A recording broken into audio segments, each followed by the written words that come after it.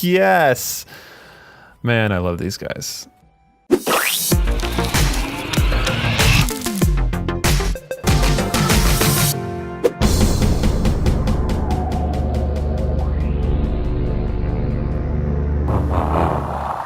Welcome to Dumb Candy Games' Random Wad Review, where I review wads and apparently mods for Doom.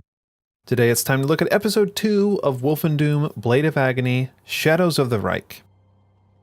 First off, when I reviewed Episode 1 of this mod a little while back, I did not realize that when you download Episode 2, you get both complete episodes. And not only that, but Episode 1 is now new and improved with the enhancements that Episode 2 brings. So that said, while I do recommend playing Episode 1 first, there's no reason to grab the old download anymore. Jumping right in, this episode picks up right where we left off. You've been captured and thrown into a Nazi prison, and to break yourself out, you gotta utilize an uncharacteristic amount of stealth. That's right, Episode 2 has tweaked some of the mechanics and improved the UI a bit, and in this first mission you have to really pay attention to the stealth bar here, which shows you how visible you are to enemies. Not only does the amount of light affect your visibility, but also how fast you move and whether you crouch or not. As strange as this mechanic may seem, given the amount of gunplay this mod ultimately has, it works very well. Initially you have to stick to the shadows and avoid all confrontation, but eventually you'll get a knife and you'll at least have the ability to fight back if you make a mistake, or strategically get past enemies by one-hit stealth killing them from behind. As with Episode 1, get very comfortable with the quick save and quick load keys, as things can turn on you very quickly. For instance, I often had problems with stealth kills, as it's tough to know precisely how far you can stand behind an enemy to get the hit. Too close and you bump into them, too far and they'll hear your knife wildly swinging through the air, I guess. Both of these outcomes happen countless times to me, alerting the enemy to my presence, and of course getting myself killed, or at least horribly maimed, at which point it's often more advantageous to just quick load rather than to try and limp through the rest of the map. While this does take you out of the experience a bit, I still felt that the stealth moments in the game were very satisfying, at least when I could get them right.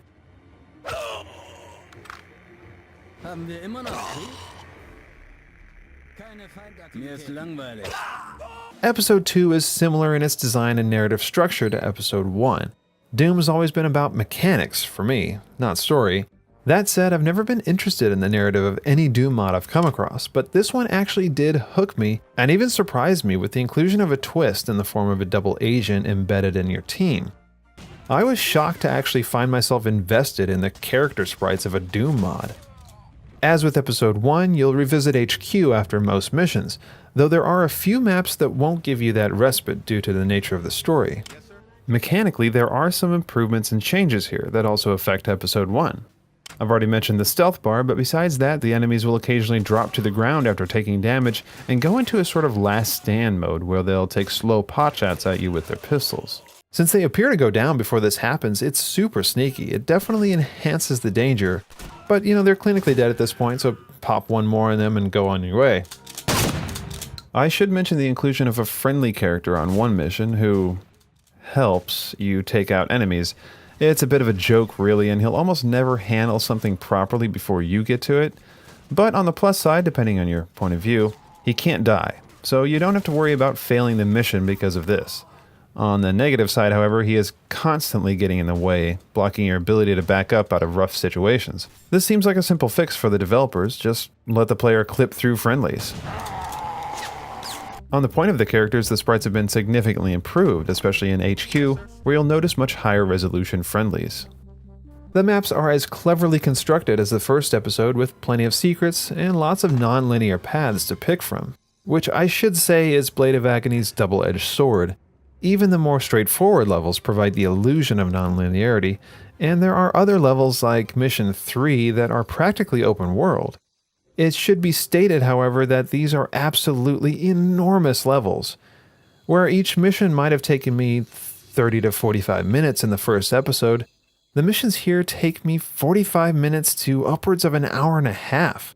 Operation Stahlhimmel, in particular, is insanely huge. It starts by clearing out some snipers and riding a truck into a train yard where you murder your way past everyone in order to board the train. Then, in the same map, mind you, You'll ride the train and fight your way up through it to the front, GoldenEye 007 style, which eventually gets you to the base that you will infiltrate.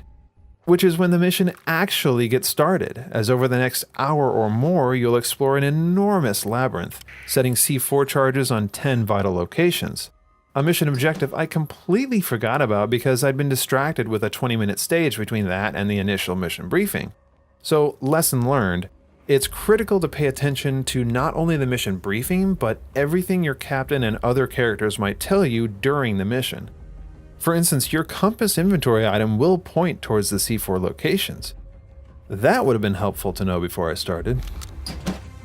Fortunately, that level, among many others, is smartly designed enough that you can backtrack to anything you need to backtrack to, which, as I say, is both the blessing and the curse of Blade of Agony, as I found myself needing to do this a handful of times throughout episode 2, not just for things like objectives, but also for simple things like finding keys. With maps that are this huge, this wasn't always very fun, unfortunately. As mentioned in my last review, the mod involves plenty of fun supernatural stuff, a la Indiana Jones, and even technological stuff, a la Wolfenstein, I guess. And episode 2 turns this up to 11 with a lot more zombie enemies and some crazy robots and mechs. While I can't speak to the secret level in the first episode since I never found all the documents I needed, I did find all the secret Mayan artifacts in this episode. Another throwback to Indy and the fate of Atlantis, by the way. Finding these allowed me to take part in the 2 enormous secret missions here, which I must say completely blew me away. Okay, spoiler alert here, since I definitely wouldn't have wanted this spoiled for me before I played it, so jump to this time in the video to skip these minor spoilers. Of course, it starts off very Mayan and Tomb Raider-esque, but after this brief stage, it gets insane. I just didn't expect anything like this, certainly in terms of the content, but also in terms of the size and the scope. I mean, not only is everything different, new textures, new enemies, and so on, but there are totally new mechanics in place, like gravity and spacesuits. Wow. This secret level makes it well worth finding all those artifacts. Unfortunately, unlike episode 1, I did encounter a few painfully annoying bugs in episode 2. There are a handful of objects that enemies could shoot through, and shooting up at enemies on catwalks was still a little problematic. But nothing was particularly game-breaking until I finished the secret levels. For some reason, some script broke completely and I wasn't able to start the briefing for the following mission. After consulting with one of the creators, I was able to skip to the mission using the console, so it really wasn't that big of a deal. And that's Wolfendoom Blade of Agony, Episode 2.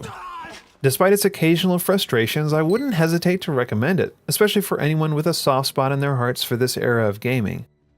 As with Episode 1, it's an impressive and ambitious showcase for the state-of-the-art in Doom mods, even if it could have done with some slightly more abbreviated levels and simplified objectives, and maybe better visibility when dealing with those damn snipers.